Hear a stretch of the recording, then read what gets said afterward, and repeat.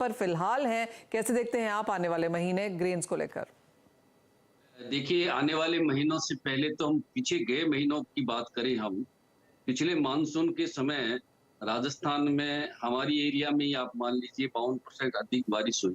हम्म। 52% अधिक बारिश होने के बावजूद भी फसलें पिछड़ी, फसलों में नुकसान हुआ। जैसा कि इन्होंने बताया उस नुकसान की वजह थी डिस्ट्रीब्यूशन का ठीक से नहीं होना। फिर बरसात भी ऐसी हुई कि 1 महीना 10 दिन का गैप पड़ गया बरसात में और कहीं हरियाणा, पंजाब उत्तरी राजस्थान में बरसातें ज़्यादा हुई, उससे भी फसलों को नुकसान हुआ है।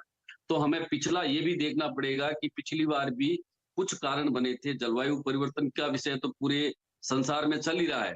अभी भी मनीषा जी आप देखिए जो फसलें खड़ी है, उसके अंदर एक ठंड की कमी रहना, दूसरा अचानक से ठंड का बढ़ना और कम दिनों में -4, 5, 3 हमारे राजस्थान में जैसे अभी मौसम रहा, तो उससे फसलों को पाला लग गया। उस पाले की वजह से इस सब जीरा और सरसों को बहुत नुकसान पहुंचा है।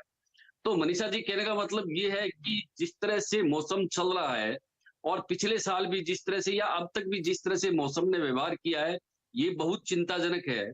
हमारे मौसम वैज्ञानिक है इस पे समय-समय पे बहुत जल्द किसानों को इस बारे में बता पाएँगे, तो किसान सावधान भी होंगे और उसकी बचाव का कोई न कोई तरीका निकालेंगे, सलाह लेंगे। अब अ, कुछ बीत जाने के बाद में कोई घोषणा हो उससे पहले पहले से ही डाउट यदि हम ये जारी कर दें, ये बता दें कि हाँ, ऐसा हो सकता है, तो किसान प्रिपेयर रहेगा। जो समय अभी हम देखें मानसून के लिहाज से, तो ये समय तो अच्छा नहीं जा रहा है हमारे लिए। जी, मनीषा जी। जी। और आने वाले समय जैसे मिस्टर शर्मा यहाँ पर बता रहे थे कि इरेटिक मॉनसून जो की आपने बात करी, जो पिछले साल हमने आता हुआ देखा, इस साल का और भी रह सकता है क्योंकि ला निन्या जा रहा है, एल निन्यो यहाँ पर इवॉल्व होता हुआ दिखेगा, तो और भी इरेटिक हम मूव्स यहाँ पर आता हुआ देखेंगे। तो किस तरह से आप कहते हैं किसान को यहाँ पर देखना चाहिए, स्पेशली अगर गुआर की यहाँ पर पुखराजी बात की जाए तो इसको एक प्रॉक्सी माना जाता है वेदर के लिहाज से, कैसे देखते हैं आप उसे? जैसे मैं एक किसी चैनल में आप ही को सुन रहा था कि 2018 की तरह वेदर रह सकता है। हम्म। यदि मनीषा जी 2018 की तरह वेदर रहा तो पर्टिकुलर ग्वार के लिए बहुत बड़ी तेजी के आसार बन जाएंगे और कम खेती के आसार बन जाएंगे। हम्म। मैं आपको जानकारी के लिए बता दूं कि जैसे ही अल नीनो का शो आपका स्टार्ट होते ही अल नीनो की बात आते ही यहाँ लगभग 140-50 रुपए ग्वार के भाव बढ़ गए। तो ये इतना सेंसिटिव हो गया है ग्वार और अल नीनो जैसी बातों से तो इसमें प्रभाव आना ही आना है। तो निश्चित रूप से ये ग्वार की भावों के लिए तो ठीक है, पर ये किसानों के लिए और व्यापार के लिए, इंडस्ट्री के लिए ठीक नहीं है। ये विषय थोड़ा चिंताजनक रहेगा मनीषा जी। एब्सोल्युटली। और अभी भी इनिशियल डेज हैं, लेकिन एक बहुत क्लैरिटी आ गई है स्काईमेट के बाद। अब एनओए ने भी यहाँ पर कहा है कि इवॉल्विंग यहाँ पर एल निन्यो है और आगे जाकर एक चिंता का विषय स्पेशली भारत के कृषि के लिए रह सकता है, क्योंकि हम यहाँ पर जो साउथ वेस्ट मानसून है, जो 4 महीने बारिश होती है, उसके ऊपर काफी ज्यादा हमारी डिपेंडेंसी है।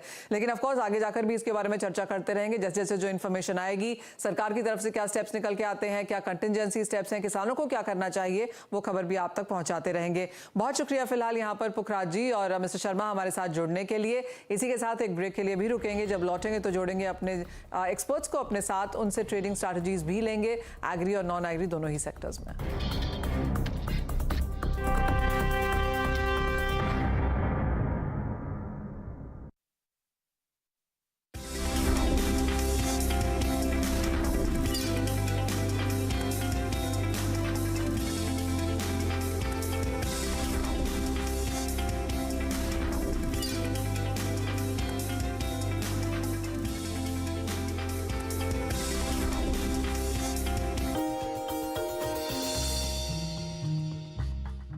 डू यू नो में आज हम बातचीत करने वाले हैं स्पाइसजेट के बारे में। दरअसल स्पाइसजेट के बारे में बहुत सारे इंटरेस्टिंग फैक्ट्स हैं। सबसे पहला तो कंपनी की जो इनिशियल शुरुआत हुई थी वो दरअसल मोदी लुफ्त के नाम से हुई थी, जो कि एक एसके मोदी ग्रुप और लुफ्थांसा के बीच का टाइप था।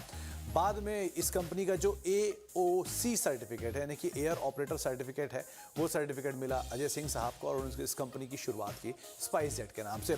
स्पाइसजेट के सारे प्लेन्स जो होते हैं वो किसी ना किसी स्पाइसेस के नाम पर रखे जाते हैं। मिसाल के तौर पे आप coriander, chili, turmeric, red chili, mustard, pepper, ये सब स्पाइसजेट के एरोप्लेन्स के नाम हैं और जब भी आप कभी इसकी उड़ान में बैठे तो इसके कॉकपिट के नीचे देखिएगा ये नाम लिखे हुए आपको कहीं ना कहीं दिखाई